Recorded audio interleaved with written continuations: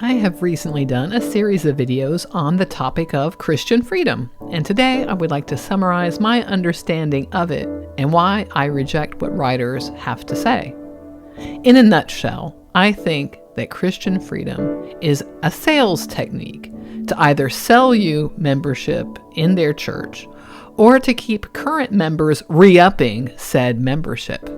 Invent a problem, invent a solution. Sales 101. To accompany us today, I have pictures of mountains because writers about Christian freedom really seem to like using mountains to symbolize freedom. And I get it. A hike in nature, reaching a peak from where you can see far and wide. It evokes possibility. It evokes freedom. Really, though, I think that the real feeling is accomplishment and the pleasure of being in a beautiful place. But I digress. So enjoy the views of the Italian Alps as we take our journey. Hi, my name is Scarlett, and I am an atheist and skeptic, and I like considering different ideas, and especially Christian ideas. I live in the US. Christians are everywhere, and they're very loud these days. So let's start with the question, why do Christians need to harp at all about Christian freedom? Well, freedom is usually considered a good. In the US, it is often the ultimate good. We are the land of the free, after all. So, apologists want everyone to think that Christian freedom aligns itself with this social and political freedom we enjoy and talk about here all the time. But let's be clear, the freedom enshrined in the US Constitution is different. It isn't just a freedom from something negative, as we'll see Christian freedom is. It is about self-determination, voting for leaders instead of being the subject of whatever random aristocrat owns your land. Freedom of speech, which is not the freedom to be an asshole and force people to listen to your idiotic point of view, by the way. It's about not being arrested for your beliefs, and especially not being arrested for advocating for them. Freedom of religion. And I do really mean freedom to choose your beliefs about religion, even lack of religion. Not the freedom to force your beliefs onto others. And to be brief, liberty in the US is about being able to guide aspects of your life according to your values within the constraints of law and social mores and that kind of thing. Now, there's so much more to say. I have really whittled down this freedom, and I understand that. But this channel isn't about politics, so I'm sure that people could come in and tell me, oh, you missed this, you missed that. But just in a nutshell, in the US, the freedom that we have here is about guiding some parts of our lives and our destiny and not being subject to somebody else, a tyrant, for example. And really what I want to do is I want to contrast this kind of freedom we have in this context with Christian freedom. Because Christian freedom really is only about freedom from sin. That's it. That freedom leads the person to think they have God's grace and therefore they can enjoy their life safe in the knowledge that they will go to heaven. But even once they attain that grace, the only freedom to do something is not really a freedom because they say they're free to act out God's will in their lives. So this freedom isn't about deciding what your values are and what choices align with your values. It's about obeying a higher power. Just to be totally clear, in none of this is an individual empowered to make choices about their life based on their values. I would even say, based on what I've read, that a person isn't free to remove the supposed sin from their life. According to lots of Christians, you have to say some prayer and sincerely mean it, and then and only then will the Holy Spirit come and lift the sin so you can accept God's grace. Sin will always be a temptation, though. It's just, now I guess you know it? And the strange thing is, these Christians will insist that your good acts are not the thing that will earn you entrance to heaven, but nonetheless, you shouldn't sin. Okay, so let's start with why I don't accept some of this. One, I don't accept this category called sin. I think sin takes something we know, that people can do bad things and can harbor ill will toward others, and it makes it into some irredeemable aspect of humankind that angers a deity, even though said deity made us this way and could have made us a different way. Now, according to Christians, sin is not just behavior. Quoting Paul, some of them think of sin as a form of bondage. Anyone who has not said the magic words and received the Holy Spirit is blinded by sin, just has to sin, cannot see past sin, is a slave to sin, etc. Rinse, repeat. The fact of the matter is, if this were true, we would see Christians behaving vastly different from anybody of any other faith. And I just don't see it. I know I keep repeating this in video after video, but I think if there was some energy or force or whatever sin is supposed to be, we would see a marked difference in behavior. And why are there so many Christians doing things like assaulting other people, embezzling funds from their church, and all that stuff? Why is there so much wrongdoing among priests and preachers if they are freed from sin and know the difference? I also think that if people were sincere believers in some deity, but did not have the right belief about sin, that deity would guide them to the correct belief. Why does God allow sincere believers to maintain their wrong beliefs? And this is even among Christians. There are so many denominations of Christianity, and they don't all accept this specific teaching, whatever you call it. Sometimes people ask this question: do you think people are intrinsically good or intrinsically bad? My answer is, I think people are intrinsically human. We are capable of being incredibly loving and generous and kind. In my day-to-day life, I see lots of small kindnesses, and I have seen people do heroic deeds and very generous things for others. It's wonderful. It's inspirational. It amazes me. I myself try to do the small and medium things, and I don't even want to say I do giant things, but I try to do my best to do good things for other people. Random strangers and people that are close to me. But of course we know that people can do terrible things. People steal, they attack, they rape, they murder, there's war, there's lots of terrible things. You can't deny this. And sometimes the person who does a terrible thing to one other does a lovely thing to someone else. And frankly, most of what we do is just neutral. Cleaning your house, going to work, eating a meal, watching a TV show. I mean, you can think of good reasons to do these, relaxing or being in a nice space, but they don't really exist in a moral sphere. Is the fact that I watched a television show, is that good or bad? It's neither. It's neutral.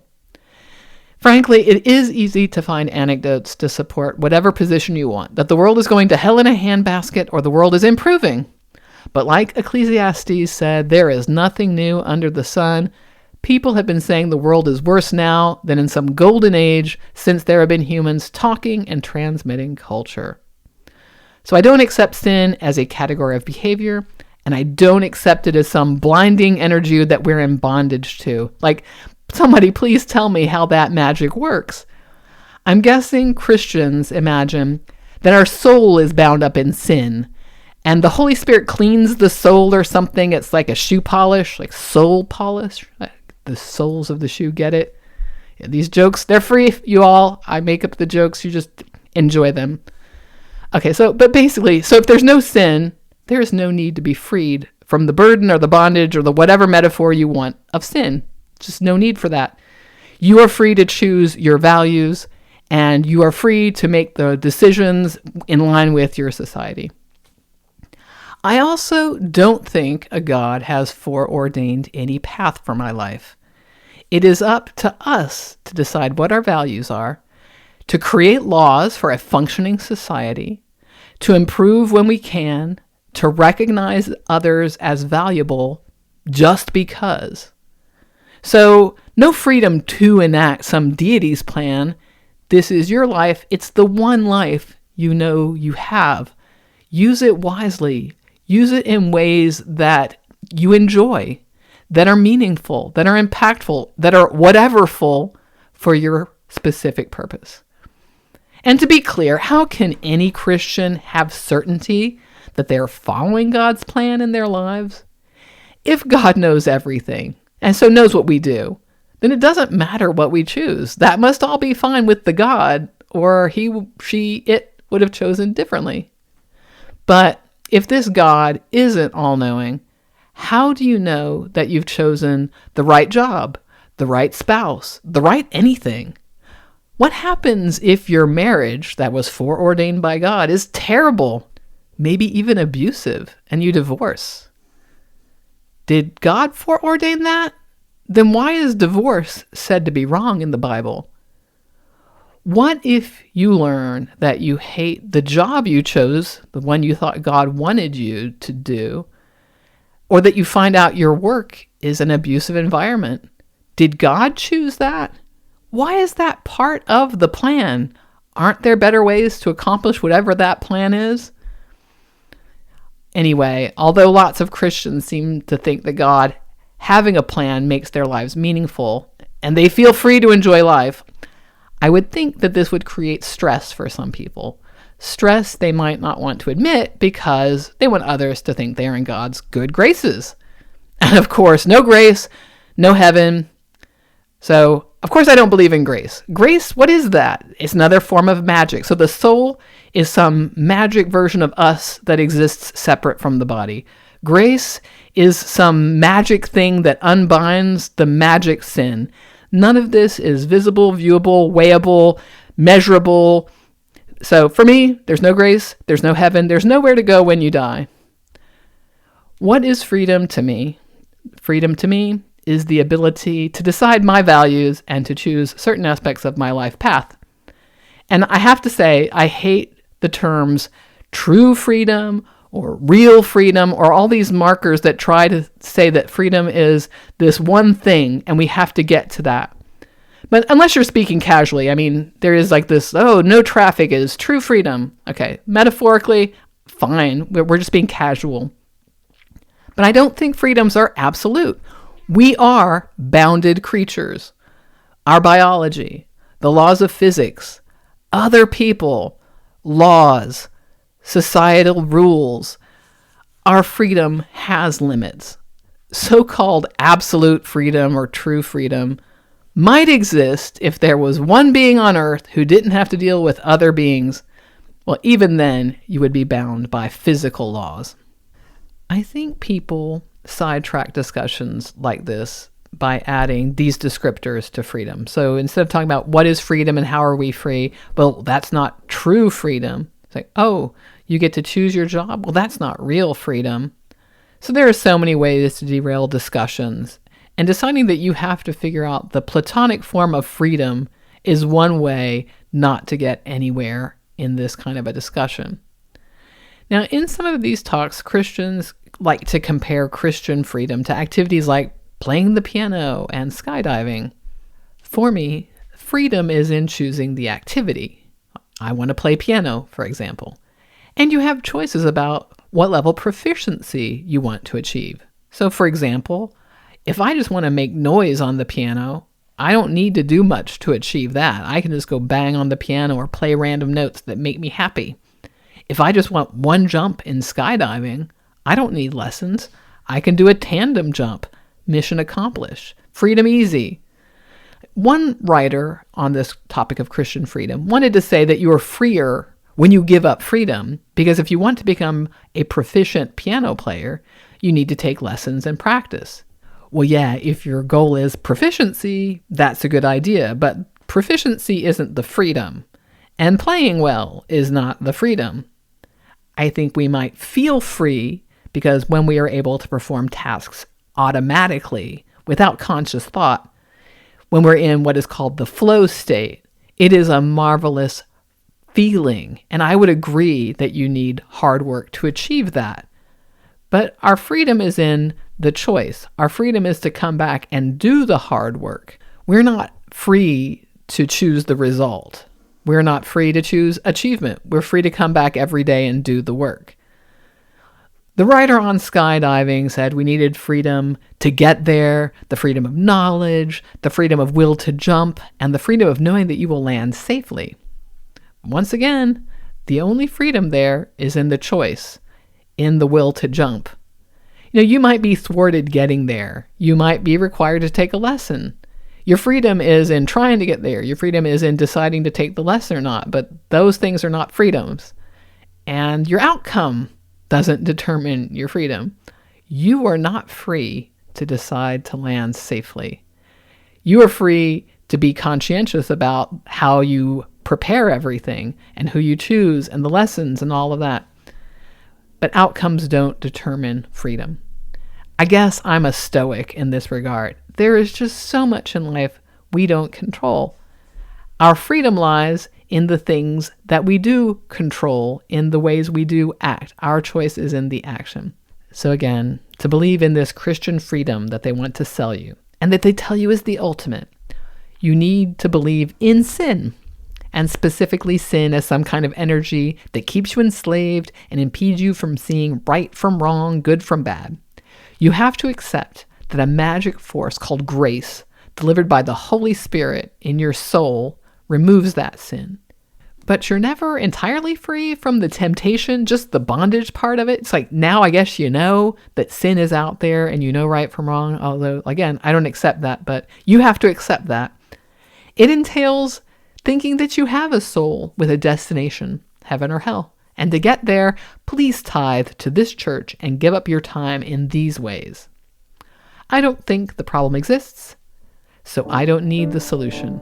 I don't need to say the magic words. I think of freedom in a very different way. Do you have any thoughts on this magic Christian freedom? Put it in the comments below. And if you are a Christian, did you get this talk about Christian freedom and sin and bondage? I'd like to hear your experiences. Put those in the comments below. And while you're down there, you can like, subscribe, and do all the YouTube stuff. You're on YouTube, you know what to do. And if you like what I do, you can buy me a coffee. That link will also be in the description below. And I will see you in the next one. Bye for now.